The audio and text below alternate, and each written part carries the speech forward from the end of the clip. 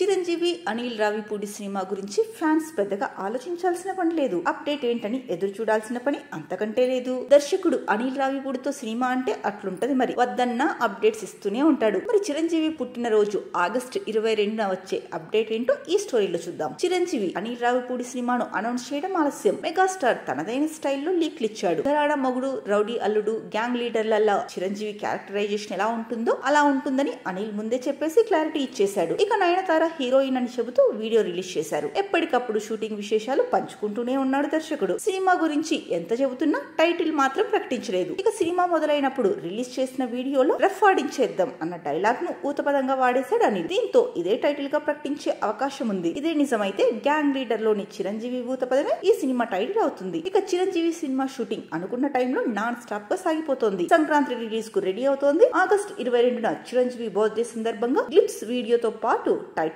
ప్రకటిస్తారని తెలిసింది. ఈ mega combination మూవీకి భీమ్స్ మ్యూజిక్ ఇస్తున్నాడు.